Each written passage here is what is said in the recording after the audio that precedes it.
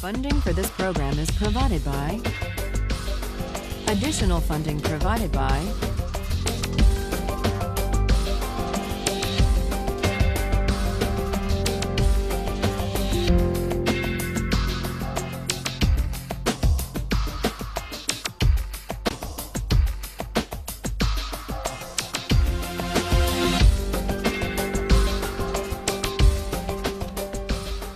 Today we turn to John Locke.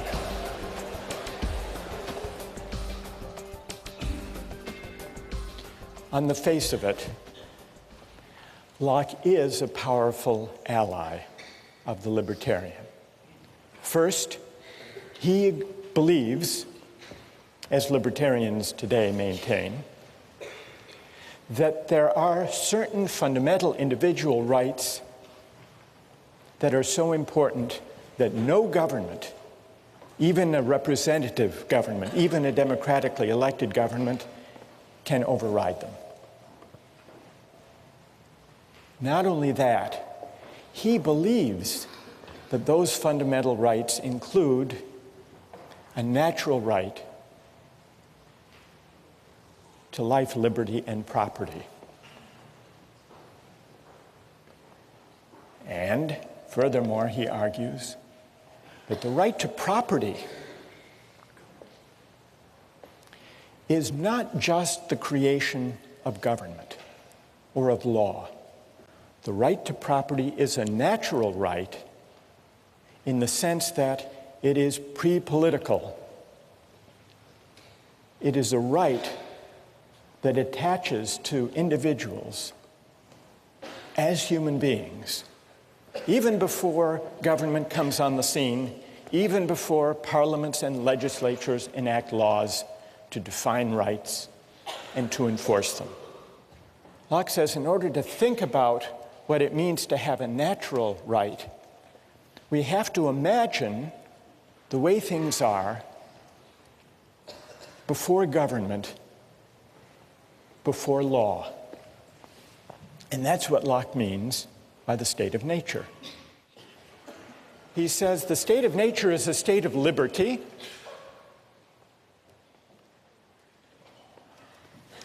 Human beings are free and equal beings. There is no natural hierarchy. It's not the case that some people are born to be kings and others are born to be serfs. We are free and equal in the state of nature. And yet, he makes the point that there's a difference between a state of liberty and a state of license. And the reason is that even in the state of nature, there is a kind of law. It's not the kind of law that legislatures enact. It's a law of nature. And this law of nature constrains what we can do, even though we're free, even though we're in the state of nature. Well, what are the constraints? The only constraint given by the law of nature is that the rights we have, the natural rights we have, we can't give up, nor can we take them from somebody else. Under the law of nature, I'm not free to take somebody else's life or liberty or property, nor am I free to take my own life or liberty or property. Even though I'm free, I'm not free to violate the law of nature. I'm not free to take my own life or to sell myself into slavery or to give to somebody else arbitrary, absolute power over me. So where does this constraint, you may think it's a fairly minimal constraint, but where does it come from? Well, Locke tells us where it comes from, and he gives two answers. Here's the first answer.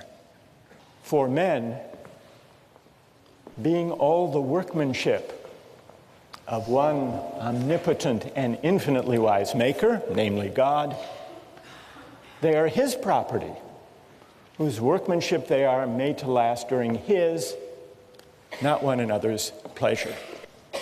So one answer to the question is, why can't I give up my natural rights to life, liberty, and property is, well, they're not, strictly speaking, yours. After all, you are the creature of God. God has a bigger property right in us, a prior property right. Now, you might say that's an unsatisfying, unconvincing answer, at least for those who don't believe in God. What did Locke have to say to them? Well, here's where Locke appeals to the idea of reason.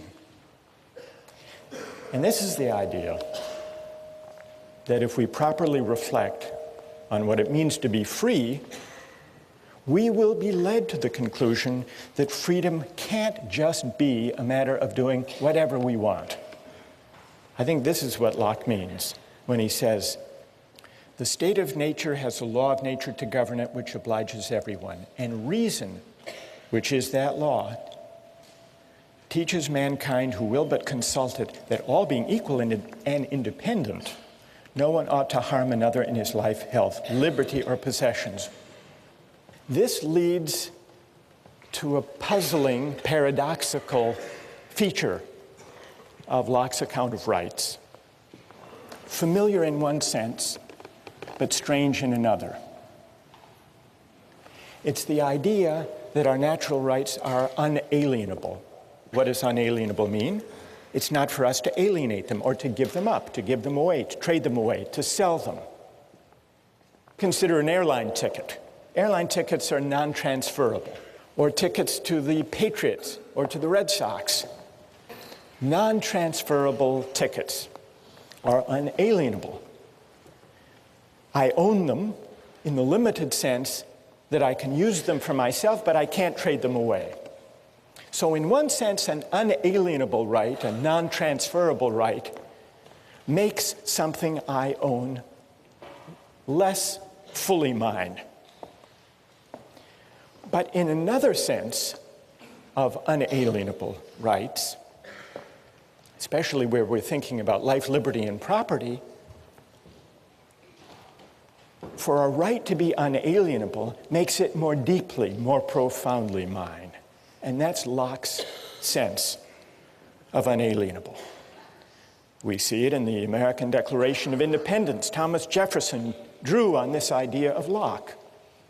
Unalienable rights to life, liberty, and as Jefferson amended Locke, to the pursuit of happiness. Unalienable rights.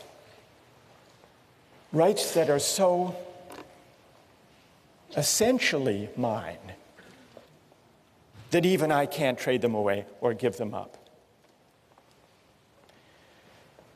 So these are the rights we have in the state of nature, before there is any government.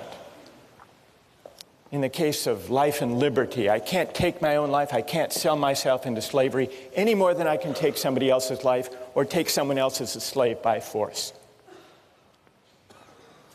But how does that work in the case of property? Because it's essential to Locke's case that private property can arise even before there is any government. How can there be a right to private property even before there is any government? Locke's famous answer comes in section 27. Every man has a property in his own person. This nobody has any right to but himself. The labor of his body and the work of his hands, we may say, are properly his. So he moves, as the libertarians later would move, from the idea that we own ourselves, that we have property in our persons, to the closely connected idea that we own our own labor. And from that to the further claim that whatever we mix our labor with that is unowned becomes our property. Whatever he removes out of the state that nature has provided and left it in, he has mixed his labor with and joined it to something that is his own, and thereby makes it his property. Why? because the labor is the unquestionable property of the laborer, and therefore no one but the laborer can have a right to what is joined to or mixed with his labor. And then he adds this important provision, at least where there is enough and as good left in common for others. But we not only acquire a property in the fruits of the earth, in the deer that we hunt, in the fish that we catch, but also if we till and plow and enclose the land and grow potatoes, we own not only the potatoes, but the land, the earth. As much land as a man tills, plants, improves, cultivates, and can use, the product of, so much is his property. He, by his labor, encloses it from the commons. So, the idea that rights are unalienable seems to distance Locke from the libertarian. The libertarian wants to say we have an absolute property right in ourselves, and therefore we can do with ourselves whatever we want. Locke is not a sturdy ally for that view. In fact, he says if you take natural rights seriously, you'll be led to the idea that there are certain constraints on what we can do with our natural rights, constraints given either by God or by reason, reflecting on what it means really to be free. And really to be free means recognizing that our rights are unalienable. So here's the difference between Locke and the libertarians. But when it comes to Locke's account of private property, he begins to look again like a pretty good ally. Because his argument for private property begins with the idea that we are the proprietors of our own person, and therefore of our labor, and therefore of the fruits of our labor, including not only the things we gather and hunt in the state of nature, but also we acquire a property right in the land that we enclose and cultivate and improve. There are some examples that can bring out the moral intuition that our labor can take something that is unowned and make it ours. Though sometimes there are disputes about this.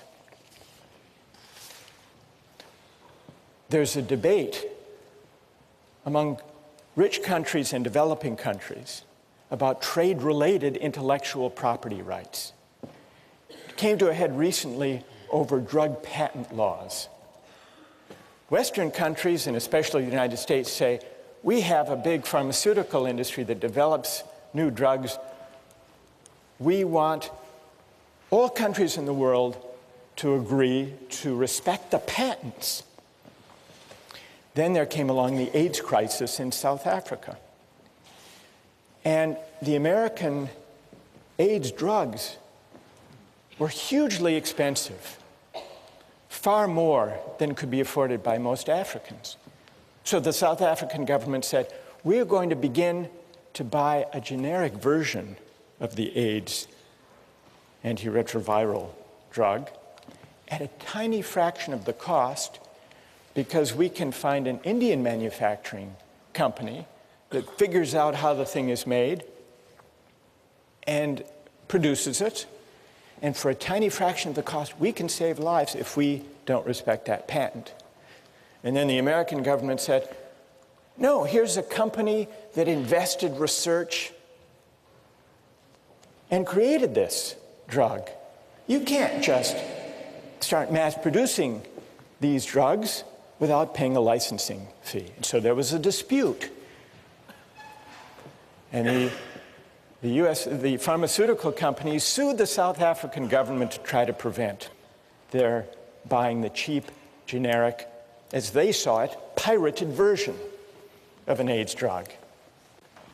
And eventually, the pharmaceutical industry gave in and said, all right, you can do that. But this dispute about what the rules of property should be, of intellectual property, of drug patenting, in a way is the last frontier of the state of nature, because among nations where there is no uniform law of patent rights and property rights, it's up for grabs until, by some act of consent, some international agreement, people enter into some settled rules. What about Locke's account of private property and how it can arise before government and before law comes on the scene? Is it successful? How many think it's pretty persuasive? Raise your hand. How many don't find it persuasive? All right, let's hear from some critics. What is wrong with Locke's account of how private property can arise without consent? Yes? Yeah, I think it justifies European cultural norms as far as when you look at how Native Americans may not have cultivated American land, but by their arrival in the Americas, that contributed to the development of America, which wouldn't have otherwise necessarily happened then or by that specific group. So you think that this is this defense of private property in land? Yes, because it complicates original acquisition if you only cite the arrival of foreigners that cultivated the land. I see. And what's your name? Rochelle. Rochelle? Yeah. Rochelle says this account of how property arises would fit what was going on in North America during the time of the settlement, the European settlement. Do you think, Rochelle, that it's a way of defending the appropriation of the land? Indeed, because I mean he's also justifying the Glorious Revolution, so I don't think it's inconceivable that he's also justifying colonization as well. Well, it's an interesting historical suggestion, and I think there's a lot to be said for it. What do you think of the validity of his argument, though? Because if you're right that this would justify the taking of land in North America from Native Americans who didn't enclose it, if it's a good argument, then Locke's given us a justification for that. If it's a bad argument, then Locke's given us a mere rationalization that isn't morally defensible. I'm leaning to the second You're one, leaning but toward the second. That's my opinion as well. All right, well then let's hear if there's a defender of Locke's account of private property. And it would be interesting if they could address Rochelle's worry that this is just a way of defending the appropriation of land by the American colonists from the Native Americans who didn't enclose it. Is there someone who will defend Locke on that point? You ready? Are you going to defend Locke? Like you're accusing him of justifying the European, basically, massacre of the Native Americans. But who says he's defending it? Maybe the European colonization isn't right. Maybe it's the state of war that he talked about in his second treatise, So the wars between the Native Americans and the colonists, the settlers, that might have been a state of war that we can only emerge from by an agreement or an act of consent. And that's what would have been required. Yeah, and fairly both to resolve sides them. would have had to agree to it and carry it out and everything. But what about, and what's your name? Dan? But Dan, what about, Rochelle says this argument in section 27 and then in 32 about appropriating land, that argument, if it's valid, would justify the settlers appropriating that land and excluding others from it. Do you think that argument's a good argument? Well, doesn't it kind of imply that the Native Americans hadn't already done that? Well, the Native Americans as hunter-gatherers didn't actually enclose land. So I think Rochelle is onto something there. What I want to, I'd like to, go ahead, Dan. At the same time, he's saying that just by picking an acorn or taking an apple or maybe killing a buffalo on a certain amount of land, that makes it yours because it's your labor, and that's, your labor would enclose that land. So by that definition, maybe they didn't have fences around little plots of land, but They were using it. Yeah, They were by using Locke's it. definition. So because maybe they by mixed their Locke's labor. definition, the Native Americans could have claimed a property right in the land itself. But they just All right. didn't have Locke on their side, as Good. she points out. Okay, that's good. One more defender of Locke. Go ahead. Well, I mean, just to defend Locke, he does say that there are sometimes in which you can't take another person's land. For example, you can't acquire land that is common property to people. And in terms of American Indians, I feel like they already had civilizations themselves, and they were using land in common. So it's kind of like an analogy to what he was talking about with like the common English property. You can't take land that everybody's sharing in common. Interesting. And That's also, interesting. you can't take land unless you make sure that there's as much land as possible left for other people to take as well. So if you're taking so you have to make sure that whenever you take land, or that there's enough left for other people to use. That's Right. just as good as the land that you took. So. That's true. Locke says there has to be this right to private property in the earth is subject to the provision that there be as much and as good left for others. What's your name? Right. I'm Fang. So Fang, in a way, agrees with Dan that maybe there is a claim within Locke's framework that could be developed on behalf of the Native Americans. Here's the further question.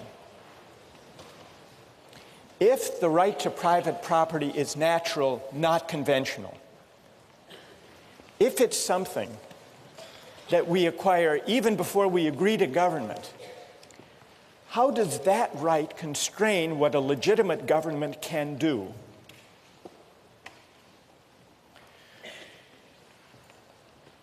In order finally to see whether Locke is an ally or potentially a critic of the libertarian idea of the state, we have to ask what becomes of our natural rights once we enter into society.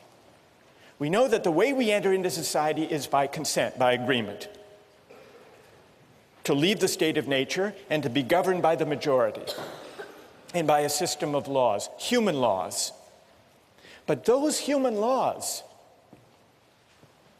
are only legitimate if they respect our natural rights, if they respect our unalienable rights to life, liberty, and property. No parliament, no legislature, however democratic its credentials, can legitimately violate our natural rights. This idea that no law can violate our right to life, liberty, and property would seem to support the idea of a government so limited that it would gladden the heart of the libertarian after all. But those hearts should not be so quickly gladdened, because even though for Locke the law of nature persists once government arrives, even though Locke insists on limited government, government limited by the end for which it was created, namely the preservation of property, even so, there's an important sense in which what counts as my property, what counts as respecting my life and liberty, are for the government to define. That there be property, that there be respect for life and liberty is what limits government. But what counts as respecting my life and respecting my property, that is for governments to decide and to define. How can that be? Is Locke contradicting himself? Or is there an important distinction here? In order to answer that question, which will decide Locke's fit with the libertarian view, we need to look closely at what legitimate government looks like for Locke, and we turn to that next time.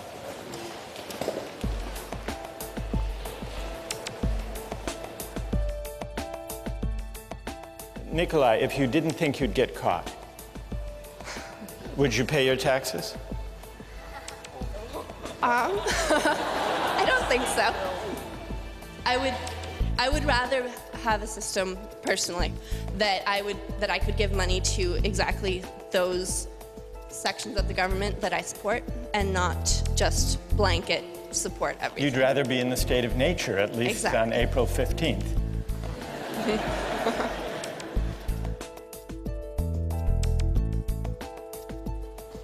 Last time, we began to discuss Locke's state of nature, his account of private property, his theory of legitimate government, which is government based on consent and also limited government. Locke believes in certain fundamental rights that constrain what government can do, and he believes that those rights are natural rights, not rights that flow from law or from government. And so Locke's great philosophical experiment is to see if he can give an account of how there could be a right to private property without consent before government and legislators arrive on the scene to define property. That's his question. That's his claim. There is a way, Locke argues, to create property, not just in the things we gather and hunt, but in the land itself, provided there is enough and is good left for others. Today I want to turn to the question of consent, which is Locke's second big idea. Private property is one, consent is the other. What is the work of consent? People here have been invoking the idea of consent since we began, since the first week. You remember when we were talking about pushing the fat man off the bridge, someone said, but he didn't agree to sacrifice himself. It would be different if he consented. Or when we were talking about the cabin boy, killing and eating the cabin boy, some people said, well, if they had consented to a lottery, it would be different. Then it would be all right. So consent has come up a lot. And here in John Locke, we have one of the great philosophers of consent. Consent is an obvious, familiar idea in moral and political philosophy. Locke says that legitimate government is government founded on consent, and who nowadays would disagree with him? Sometimes when the ideas of political philosophers are as familiar as Locke's ideas about consent, it's hard to make sense of them, or at least to find them very interesting. But there are some puzzles, some strange features of Locke's account of consent as the basis of legitimate government, and that's what I'd like to take up today. One way of testing the plausibility of Locke's idea of consent, and also of probing some of its perplexities, is to ask just what a legitimate government founded on consent can do. What are its powers according to Locke? Well, in order to answer that question, it helps to remember what the state of nature is like. Remember, the state of nature is the condition that we decide to leave, and that's what gives rise to consent. Why not stay there? Why bother with government at all? Well, what's Locke's answer to that question? He says there are some inconveniences in the state of nature, but what are those inconveniences? The main inconvenience is that everyone can enforce the law of nature. Everyone is an enforcer, or what Locke calls the executor of the state of nature. And he means executor literally. If someone violates the law of nature, he's an aggressor, he's beyond reason, and you can punish him. And you don't have to be too careful or fine about gradations of punishment in the state of nature. You can kill him. You can certainly kill someone who comes after you, tries to murder you. That's self-defense. But the enforcement power, the right to punish, everyone can do the punishing in the state of nature.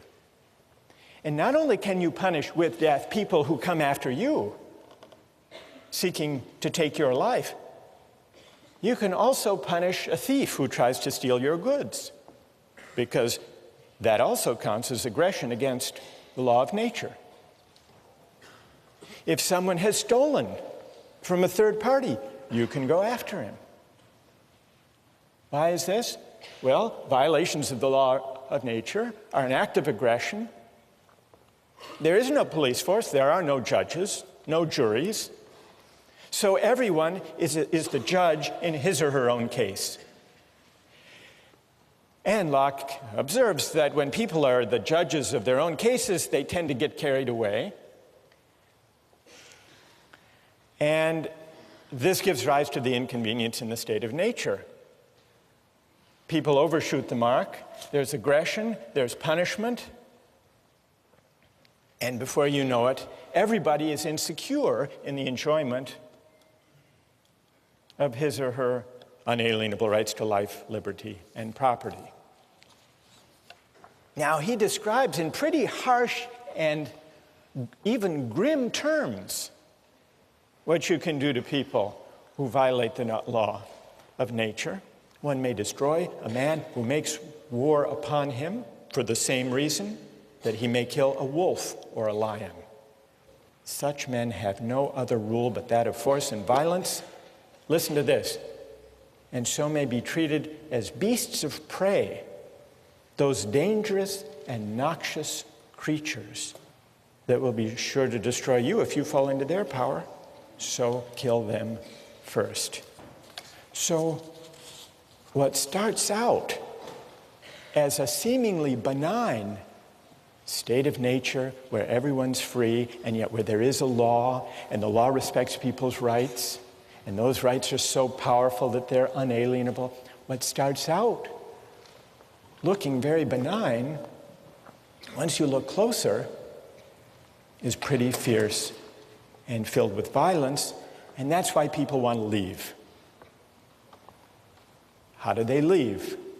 Well, here's where consent comes in.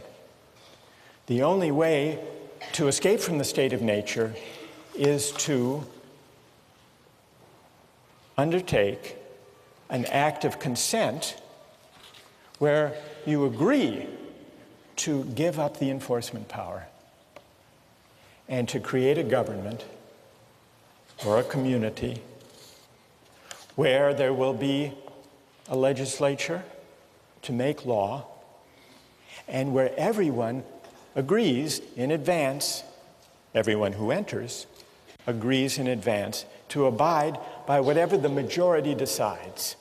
But then the question, and this is our question, and here's where I want to get your views, then the question is, what powers, what can the majority decide?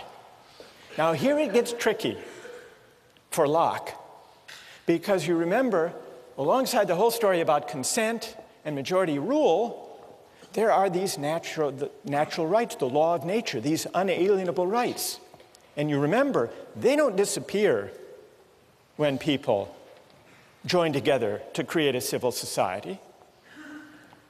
So even once the majority is in charge, the majority can't violate your inalienable rights, can't violate your fundamental right to life, liberty, and property. So here's the puzzle. How much power does the majority have? How limited is the government created by consent? It's limited by the obligation on the part of the majority to respect and to enforce the fundamental natural rights of the citizens. They don't give those up. We don't give those up when we enter government.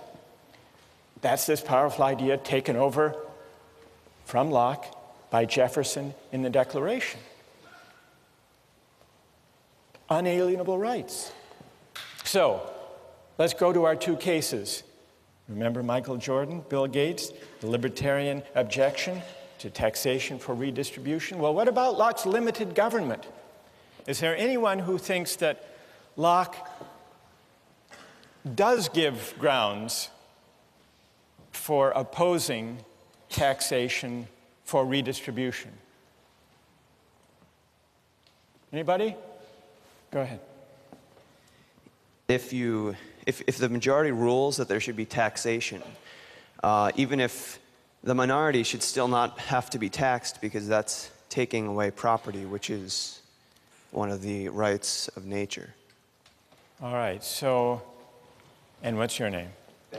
Ben. So, if the majority taxes the minority without the consent of the minority to that particular tax law, it does amount to a taking of their property without their consent, and it would seem that Locke should object to that. Do you want some textual support for your view, for your reading of Locke, Ben? All right. I brought some along just in case you raised it.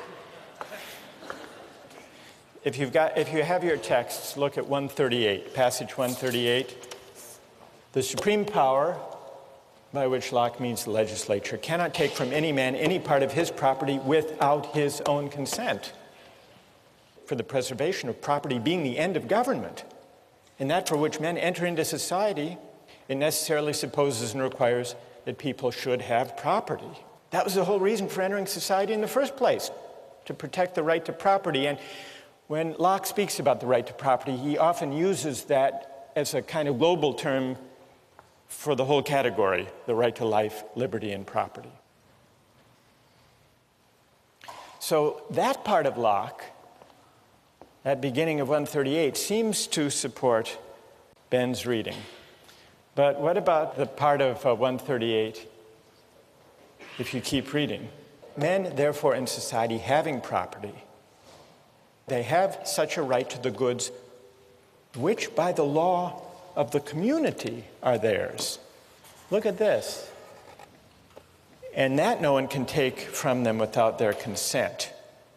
And then at the end of this passage, he says, so it's a mistake to think that the legislative power can do what it will and dispose of the estates of the subject arbitrarily or take any part of them at pleasure.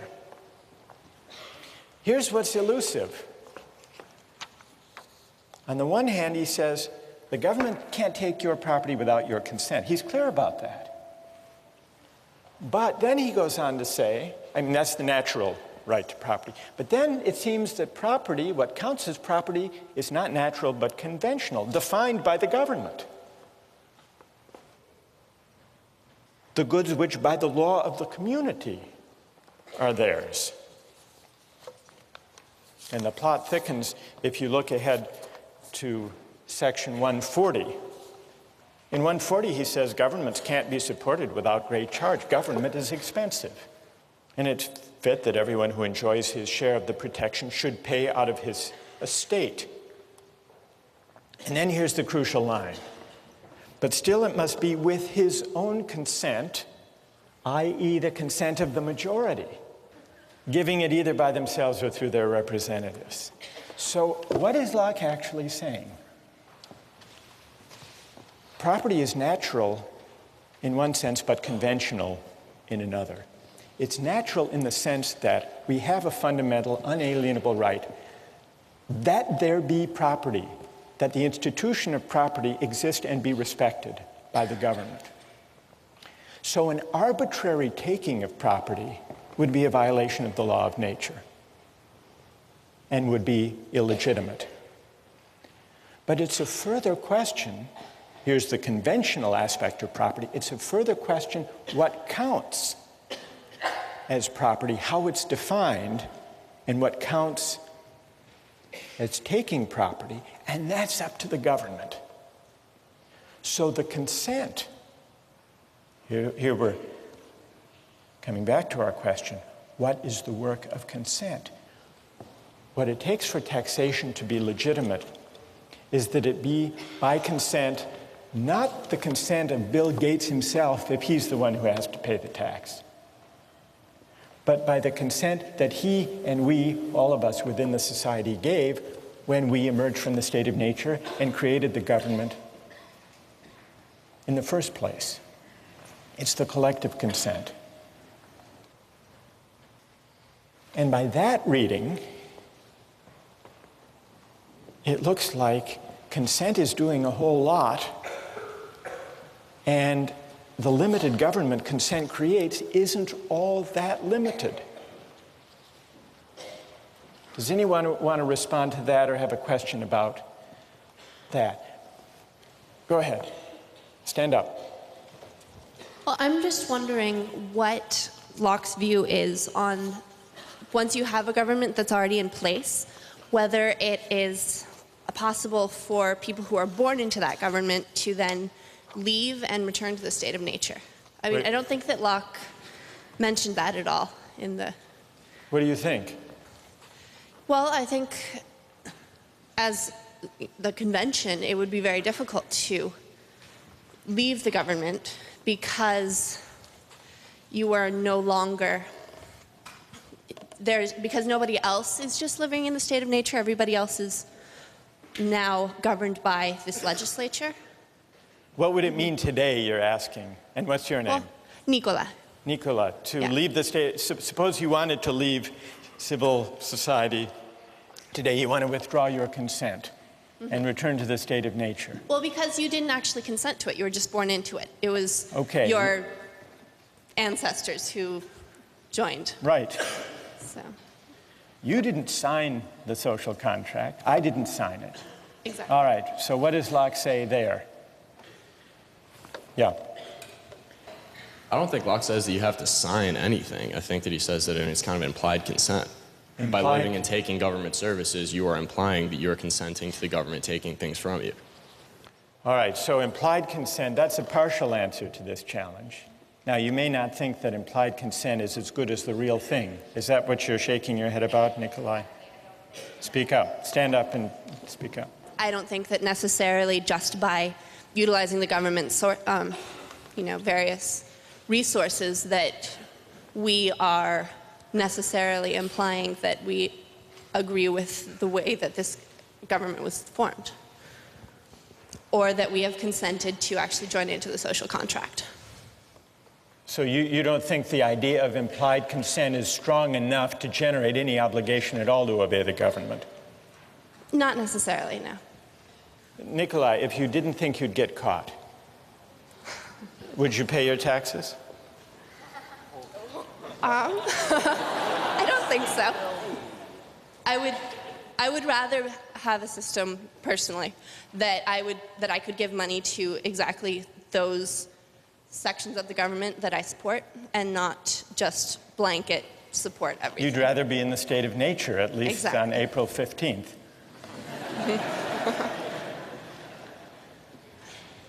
But what I'm trying to get at is, do you consider that you're under no obligation, since you haven't actually entered into any act of consent, but for prudential reasons you do what you're supposed to do according to the law?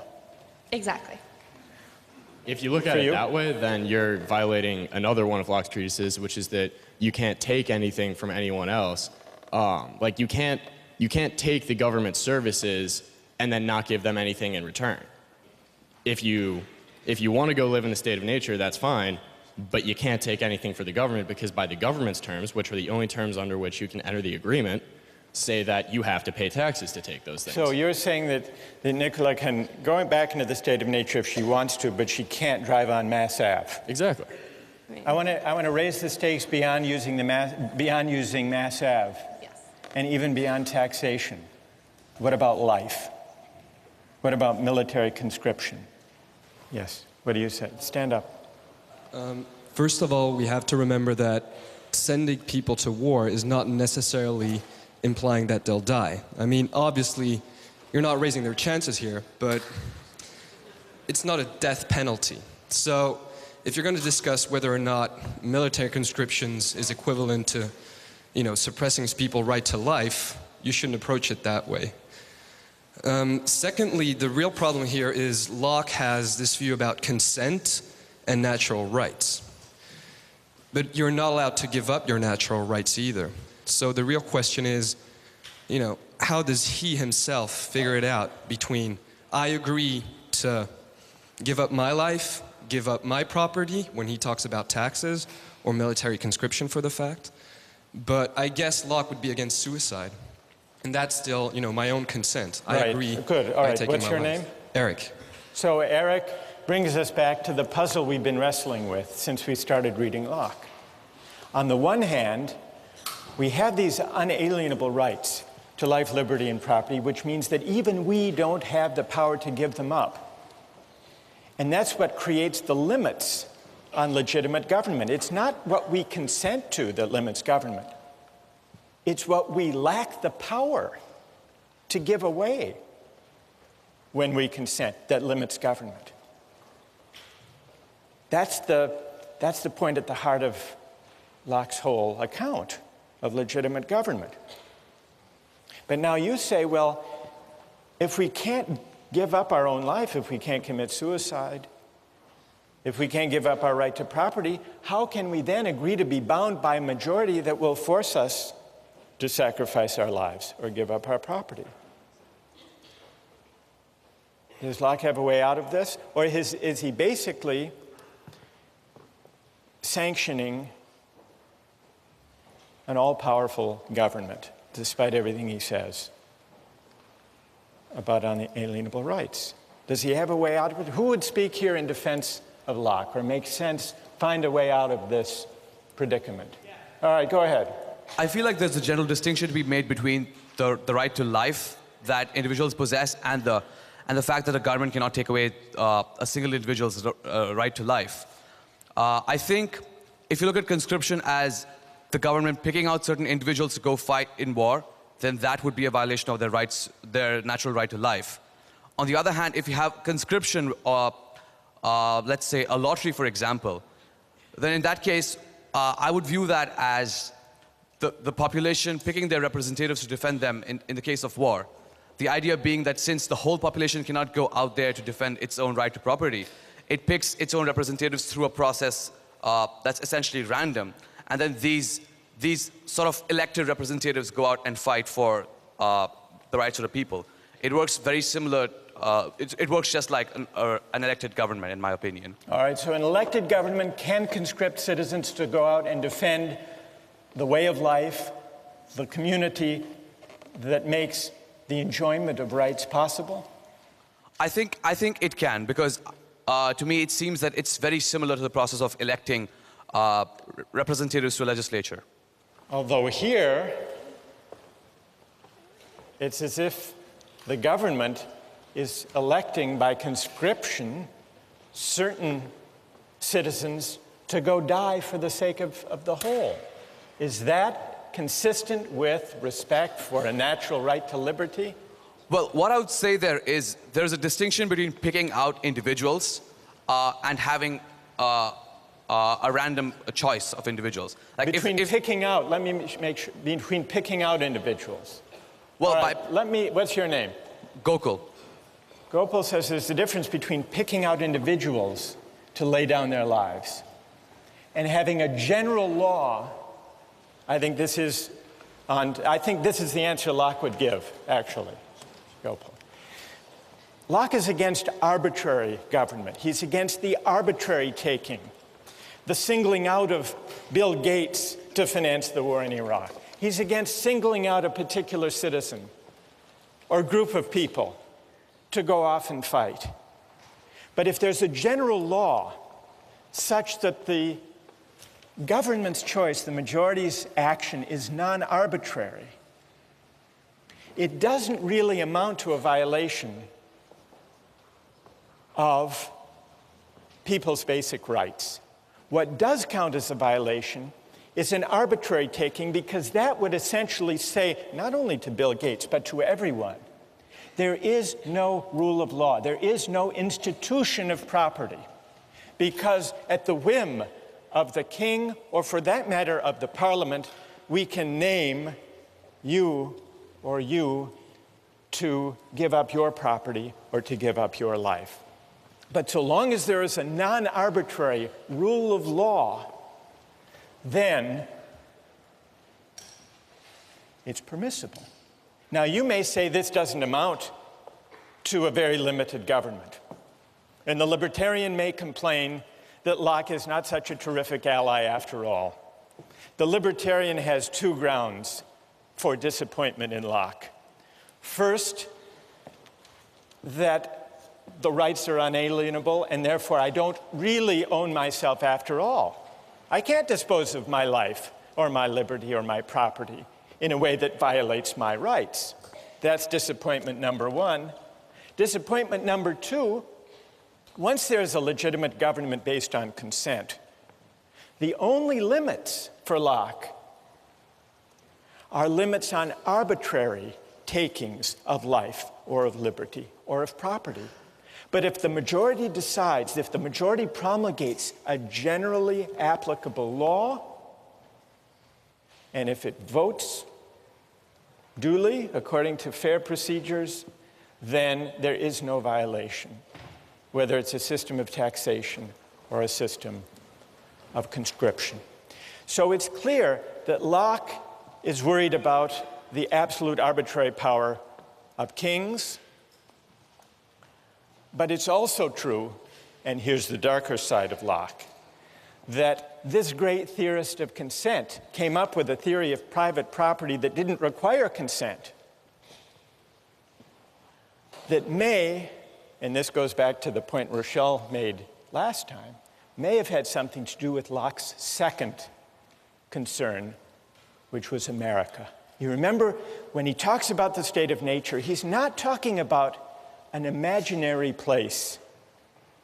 In the beginning, he says, all the world was America. And what was going on in America? The settlers were enclosing land and engaged in wars with the Native Americans. Locke, who was an administrator of one of the colonies, may have been as interested in providing a justification for private property through enclosure without consent, through enclosure and cultivation, as he was with developing a theory of government based on consent that would rein in kings and arbitrary rulers. The question we're left with, the fundamental question we still haven't answered is, what then becomes of consent? What work can it do? What is its moral force? What are the limits of consent? Consent matters not only for governments, but also for markets. And beginning next time, we're going to take up questions of the limits of consent in the buying and selling of goods.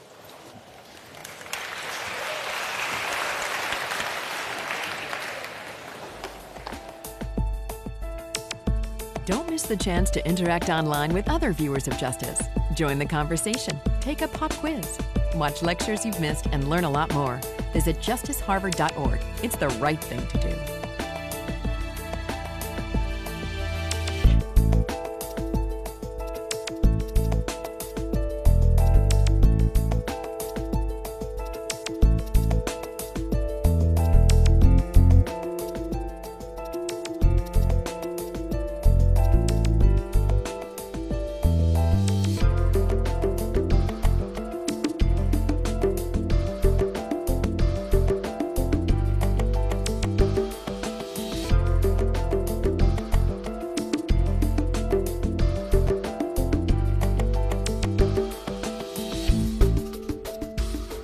Funding for this program is provided by... Additional funding provided by